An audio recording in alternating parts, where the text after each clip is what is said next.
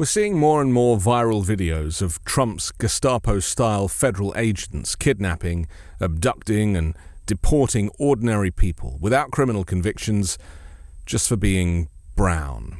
And we've heard the comparisons with Nazi Germany and the rise of Hitler, who shares many personality traits with Donald Trump. In fact, the term malignant narcissism was coined by psychoanalyst Erich Fromm, a Holocaust survivor, who believed it described the core of the inhumane actions of dictators like Hitler and Stalin, the very same disorder that psychiatrists attribute to Donald Trump. And while the actions of ICE, or whoever they might be, seem unusual to many, to black Americans, their behavior is nothing new.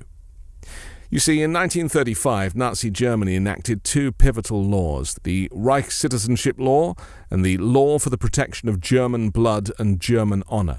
These statutes, collectively known as the Nuremberg Laws, served as a cornerstone for the systemic persecution of Jews, ultimately laying the legal foundation for the Holocaust. But these ideas did not emerge solely from within Germany. According to Yale legal scholar James Q. Whitman, author of Hitler's American Model, Nazi lawmakers drew significant inspiration from the legal practices of one country in particular, the United States.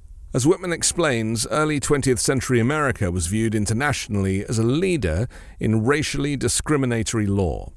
Nazi legal theorists, eager to craft a racially stratified society, studied American statutes carefully, especially those that enforced racial segregation and disenfranchisement under the Jim Crow regime.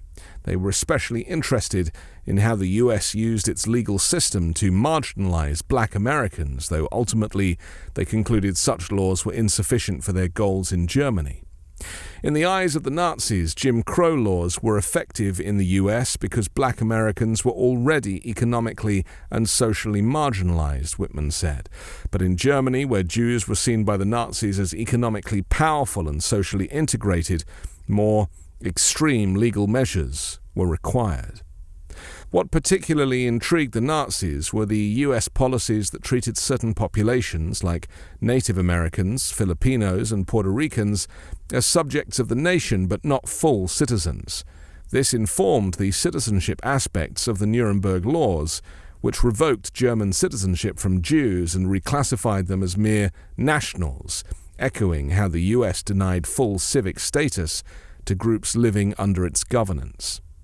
American anti-miscegenation laws also deeply influenced Nazi racial legislation. By the 1930s, 30 out of 48 U.S. states had laws prohibiting interracial marriage, and several imposed severe criminal penalties for violations.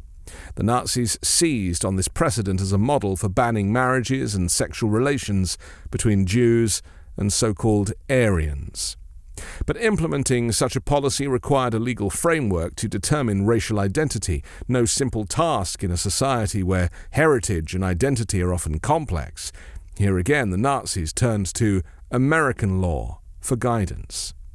In the US, racial categorization had long been legally codified. Some states adhered to the one-drop rule, which classified anyone with even a single black ancestor as legally black, effectively barring them from marrying white individuals. States also defined criteria for who was considered Asian or Native American in order to enforce racial purity through marriage restrictions. In Virginia, for instance, the infamous Pocahontas exception allowed elite white families who claimed descent from Pocahontas to circumvent anti-miscegenation laws. Drawing from these American precedents, Nazi Germany created its own racial classification system. But whereas some US laws embraced the one-drop standard, the Nazis defined a Jew as someone with at least 3 Jewish grandparents. Ironically, this meant that American racial laws in some cases went further in enforcing racial purity than Nazi law itself. Given this transatlantic legal influence, it is perhaps unsurprising that the Nazi regime received a mixed response from Americans during the 1930s. While widespread condemnation would follow during the war, early reactions were more ambivalent. American eugenicists welcomed Hitler's views on racial hygiene and shared his ideas in US publications. In 1938, famed aviator Charles Lindbergh even accepted a medal from the Nazi government.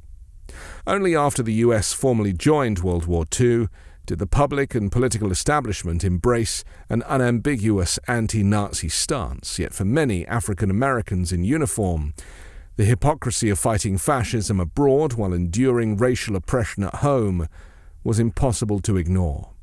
This contradiction sparked the Double V campaign, which sought both victory against Axis powers overseas and victory against racism within the United States. The troubling parallels between Nazi racial ideology and American legal traditions underscore a rarely acknowledged truth. The architecture of some of history's most infamous laws had roots in US policy.